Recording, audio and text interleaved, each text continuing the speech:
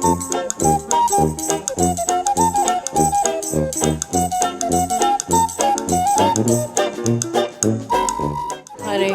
I had a neighbor that when all of us used to stand outside and we would be singing, she would open her window and throw a bucket of water on top of us.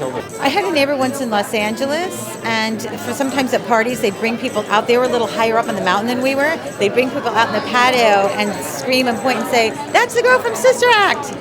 It was lovely, very private. One neighbor I had, when I lived in Hollywood at one point, I had a neighbor who was in my apartment, was a ghost, and it was this guy who had died in the apartment, and he would like bang around in the house, and you'd have to tell him to shut up.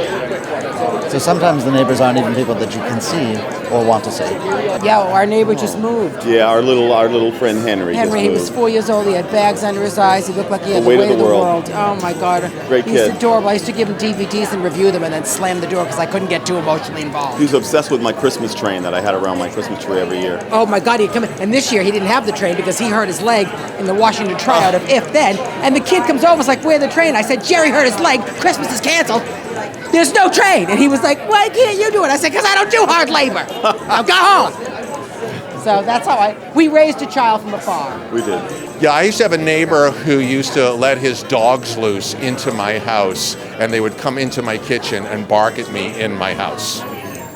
And I couldn't do anything about it because he had a gun. So I went to the mafia and I asked them to have him killed, and they couldn't do that, but they told him that he couldn't talk to me anymore and he couldn't look at me anymore. And he was never allowed to even talk to me or look at me ever again. And so he moved out of the neighborhood. And that's a true story.